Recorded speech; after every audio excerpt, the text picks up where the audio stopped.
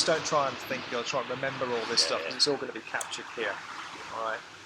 So you set off, and the first thing I thought was, you're moving all right. You've got a good tempo to your stroke. Your arm's turning over at a decent rate. You're obviously moving to the first length in 22 seconds, and I think you kind of slowed down quite quickly after that.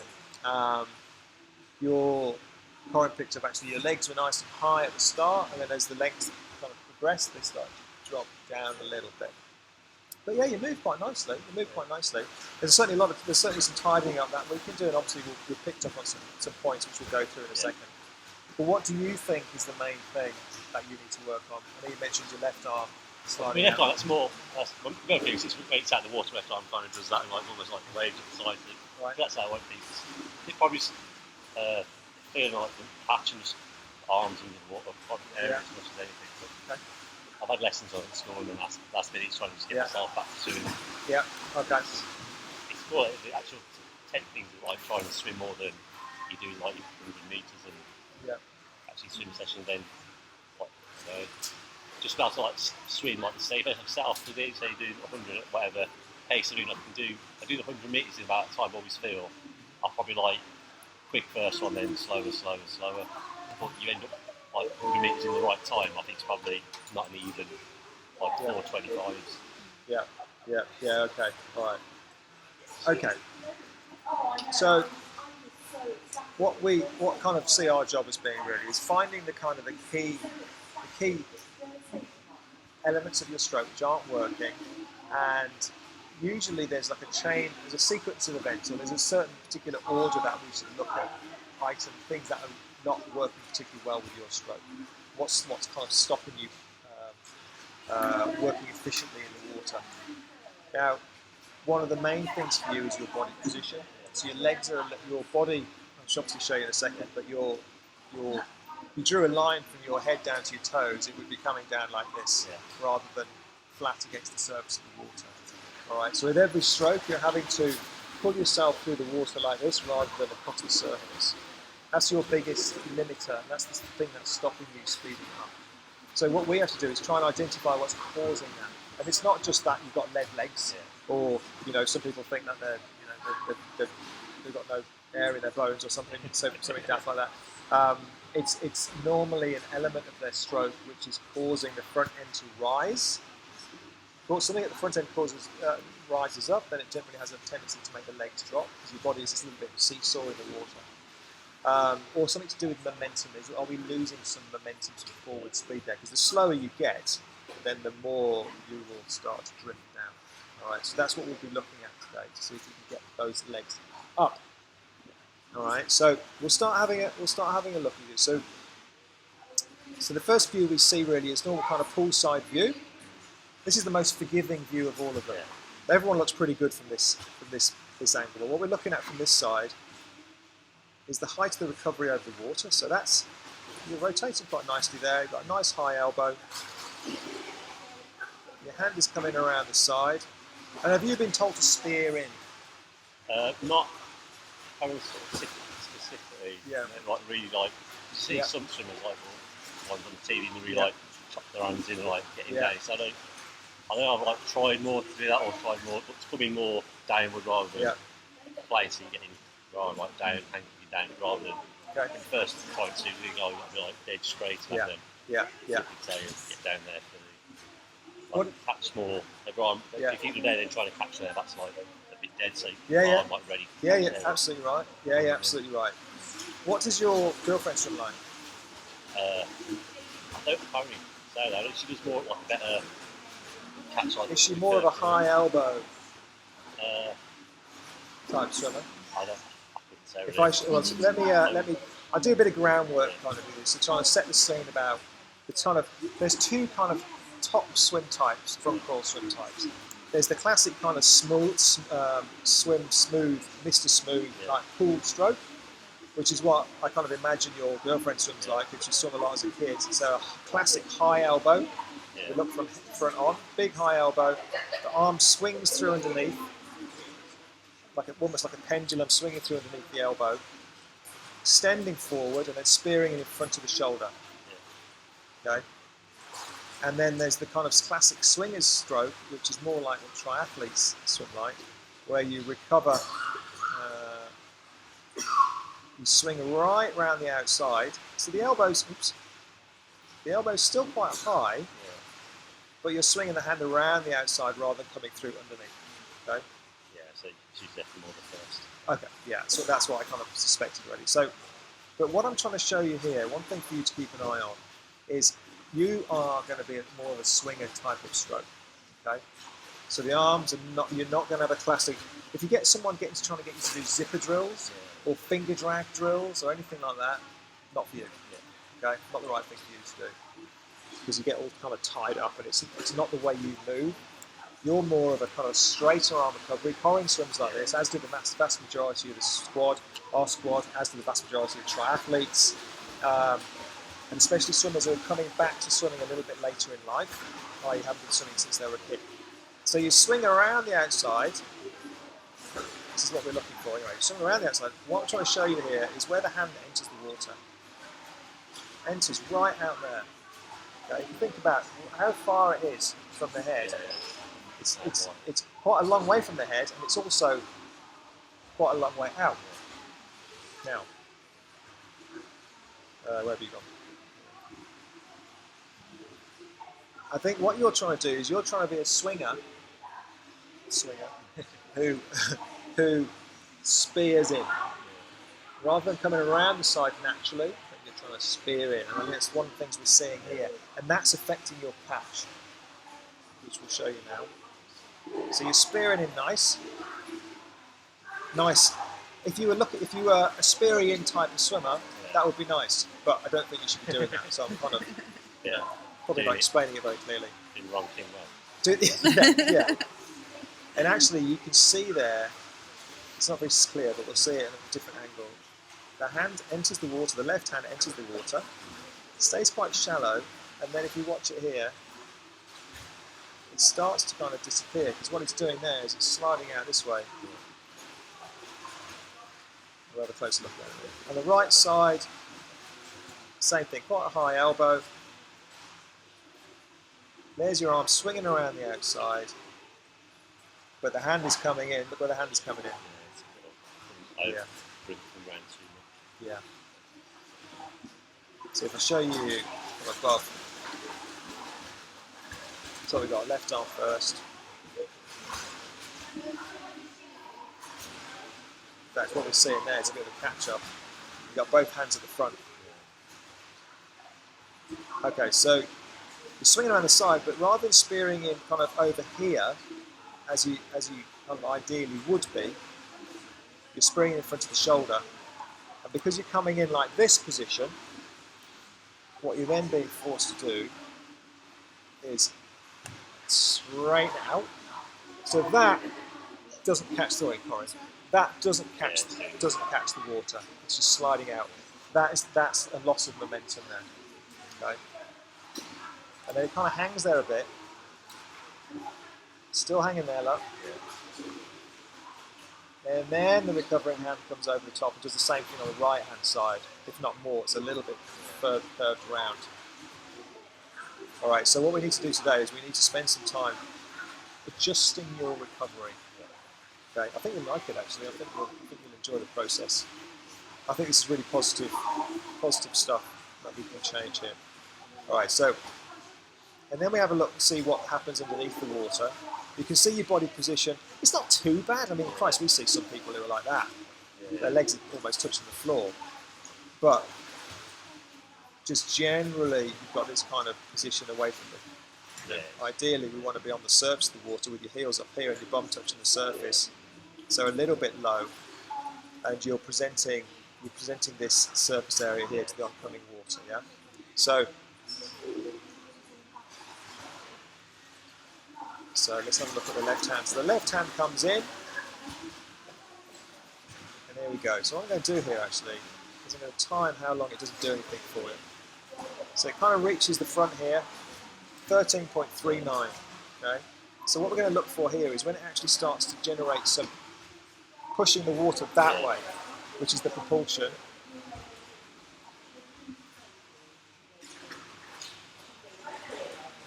wrist is down. So maybe here. You actually get, once you actually get over the top, eventually, you can see that, couldn't we? A little bit later on, you actually do get into a decent position. We can see that here. So 13.39 to 13.89. So what's that? That's half a second. Sitting there for half a second each stroke, doing nothing. And you've got quite a high stroke rate. So that's a lot of strokes doing nothing at the front. So imagine what we can do if we can take some of that dead spot out. All right. That will keep the momentum going. That will help keep the legs from starting to drift down. Okay. So that's on the left-hand side. On the right-hand side, well, we know the right-hand side is a little bit worse, if anything, from this respect. You can see it coming at this kind of angle, yeah?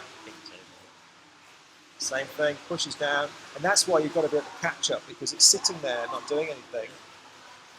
I mean, if anything, it's a little bit worse. Yeah.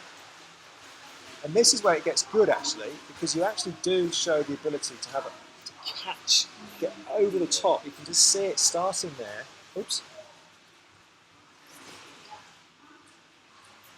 And what actually happens at the back end is you have a little bit of your body can sense the slowing down, and what happens very often is the legs, when they sense the loss of momentum, is they give a big kick. And that's, I think, what this is. It's trying to push you through the dead spot. And then we're on to the same kind of thing again. Do you think about where you look? As in, like, your head position in the water? Yeah, trying to, like, direct down, sort of like mid between direct down and... Yeah? Yeah, okay. Not as forward as that. Yeah, okay. So, different people need to look in different places. You know, there's no right head position for everybody. I think it would be worth, we'll do some head position work with you. We'll do some stroke work with you first of all, and then we'll do that in conjunction with getting you to experiment with some different head positions. Because I suspect if we just start to look down a little bit further here, it will just tip the balance a bit. So if we gain a bit of momentum from the improvement of the catch, and we get a little bit more of a higher body just by adjusting their head position, we're starting to nibble away at what's happening in the back end here. I don't think we need to do anything with the kick or anything with the legs. These are just reacting to what's happening at the front end of the stroke. Alright, so that's that so far. And there's a bit of a split there. A bit of a split in the legs. Alright, so... And you can actually see it under the water. You can see it kind of just... Yeah, and it may well be that you're trying to glide in front. Because some people try and get you to reduce the stroke count and that kind of thing. For someone like yourself, it's not really the right approach. We're not going to see a huge amount. Keep an eye on the breathing, actually. Everybody looks at the breathing, yeah. Let's turn that back a second. You breathe on both sides. There's more of a pause when you breathe. You are breathing out, but not a lot. It's kind of a bit late.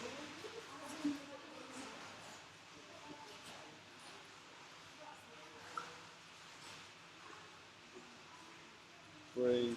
So, you're taking the breath in. You've already released some air. You've released some straight away. And then you're holding your breath at that point. A little bit coming out. But as you turn to breathe, the rest of it is coming out there. Now, what can happen there is and what's actually happening is you're having to lift your head quite a long way, and that presents your chest to the water here as well. So when you hold your breath, it can actually kind of make you a bit shorter breath, raises the kind of almost like the anxiety level a little bit. It certainly won't help in the open water if you hold your breath. You get a buildup of CO2 in your body, which can make you feel short of breath and definitely make that anxiety level kind of creep up a little bit, make you feel a little bit tight-chested and that kind of thing. So it's really important that you make sure that you get as much breath out in the water as you can. And also one thing that happens when you breathe too long, which may be why we're sitting at the front here a little bit too long, is when you turn to breathe, if you're breathing out here, so you're breathing out, then you start breathing in, you're spending too long on your side. More time there, didn't you? That's why this hand is one of the reasons this hand is just sitting there not doing anything, which is another reason to stall. So we need to get that breathing a bit snappier. And these things are all linked together. These things are all linked together. So I'm going to see anything else from that side.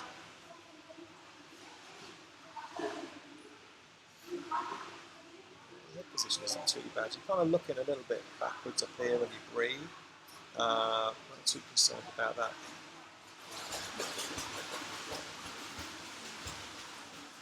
Yeah, so we've seen this already. This is where we're kind of swinging a bit too far in. The hand entry is a little bit too narrow. If you're coming narrow, you've got to come out wide. Yeah, see, it's coming and Yeah. So ideally, what you want to be doing, just so you can see, so you can kind of see what I'm talking about here, is the hand end is wide, and then as you continue, because this is still slightly, rotated here. Have a look head on. Still slightly rotated. Hand has entered the water, but as you continue the stroke, the hand continues sideways as you roll flat in the water, and it finishes where it should do, which is in front of the shoulder. Okay, and then the hand comes down, just pushes straight down, and then catches the water underneath.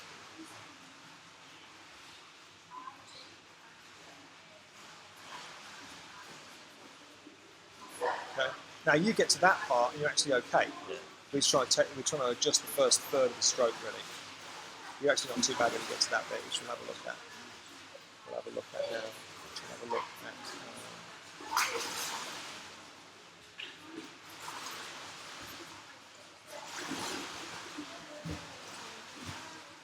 See, it's a little bit wide, but you got a reasonable angle in the elbow there, in the arm. Sorry.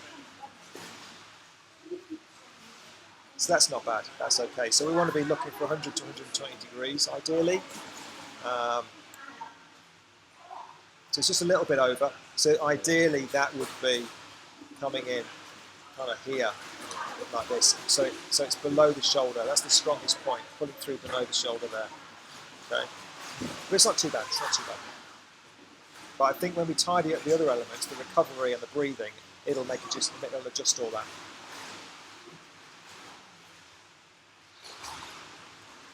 Okay.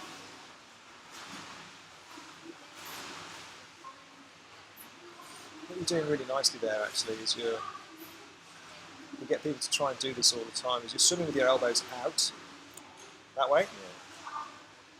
A lot of people swim with their elbows down and pull through straight. You've already got that, so we just need to put it in the right place, if that makes sense. Okay, I think that's pretty much it. So I think where we'll start with you is we'll start with some fins on. We'll start doing some breathing work first of all. Nice relaxed breathing work with the fins on. So we'll do some sink downs. Then we'll do bubble breathe. And then we'll get you, still with the fins on, we're going to get you to effectively straighten up that recovery, get you to spear in a little bit wider on each side. Okay? And just see how that affects things. We'll have to kind of almost kind of adjust you live, give you live feedback. Say, Dan, you need to go wider, go further out, stretch out, this kind of thing. So give some real feedback. So you know what it feels like to be in the correct kind of position. So that's the breathing and the catch. What else did I say? Head position. And the head position, yeah, head position. And we'll also do some work with the head position to see how you feel with your head looking further down, and we can have a look at how it affects your body position as well, and how it affects your catch. Yeah, so breathing, recovery, and head position are the three things we're going to work on together. All right? Yeah, sounds good. Any questions? No? Okay. Well, I mean, I'll send you all this tomorrow. And if you've got any more questions, just kind of fire away. Yeah. But let's get stuck into these.